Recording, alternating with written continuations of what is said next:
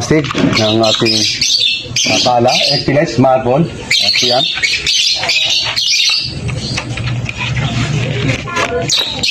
Okay, simulan na po natin. Kung saan po tumama yung unang bala natin, dapat sa ikalawa, doon din po dapat itatama yung ating pangalawa. No? Pag tumama po doon sa mismong unang bala, sa mismong butas, zero na po yun. No? Hindi po zero yung pag tumama po yung isang bala at magkadikit ng medyo konti distansya.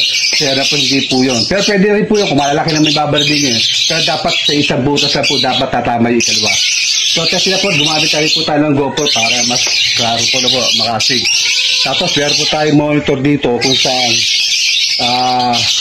doon natin gagawa ng tutorial para kita nyo kung paano mag-zero at mag-adjust ng ating pinakros sa air, no? Doon sa ating mismong kung saan tumama yung ating bala. So, gawin na po natin, mga kasig.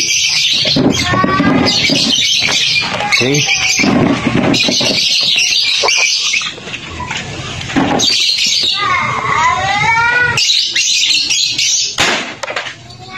Ayan po mga kastig, kung napapasin nyo mga kastig, banda rito, kaliwa, mataas, doon po natin dadalhin na po mga kastig. Yung ating pinaka-cross, kita nyo, maandar po yan.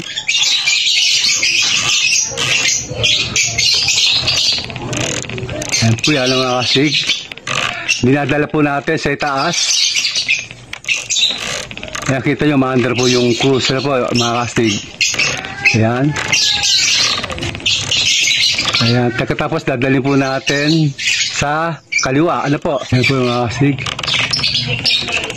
Ayan. Kikita nyo po, tumama na, no? Yung mismo doon sa, yung cross mismo, yung crosshair natin na nagmula doon sa loob ng ating scoop. So, babalaan po uli natin, no? Ng pangalawa. Dapat to, doon tatama. Okay, pampo tayo ng 7. 1, 2, 3, 4, 5, 6, 7. Okay. Reload tayo ng bala. Okay. Dapat po doon tatama, ano, yung pangalawang bala. So pag di po tumama ron, mag-ano ulit tayo ng isa pang bala ulit. Yun, kita niyo mga kastig, no? Kita niyo yung tama mismo. Doon na mismo tumama mismo. Doon sa kung saan tumama, no? Okay, tapos-tapos natin ang mga kastig. Doon sa banda unahan. Medyo nginig tayo. Yun po, no, mga kastig, no? Medyo magalaw po yung ating kamay, no? Okay, kita nyo, inaabot natin ng mga kastig. Okay, gano'n na siya. So, yun po yung dalamam. Nakalock tayo. Naka-safety, lock. Tanggalin natin. Okay, yan lang po. Ninig yung kamay ko. Ayun, mga kastig, no? Inaabot naman natin. Medyo nginig lang po yung kamay natin, no? Pero okay lang yan. At least tumatama tayo.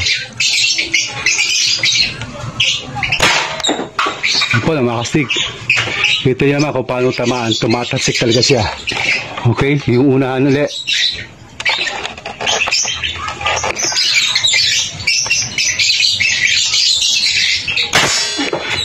Okay. Oh, medyo nginig yung kamay natin eh. Okay.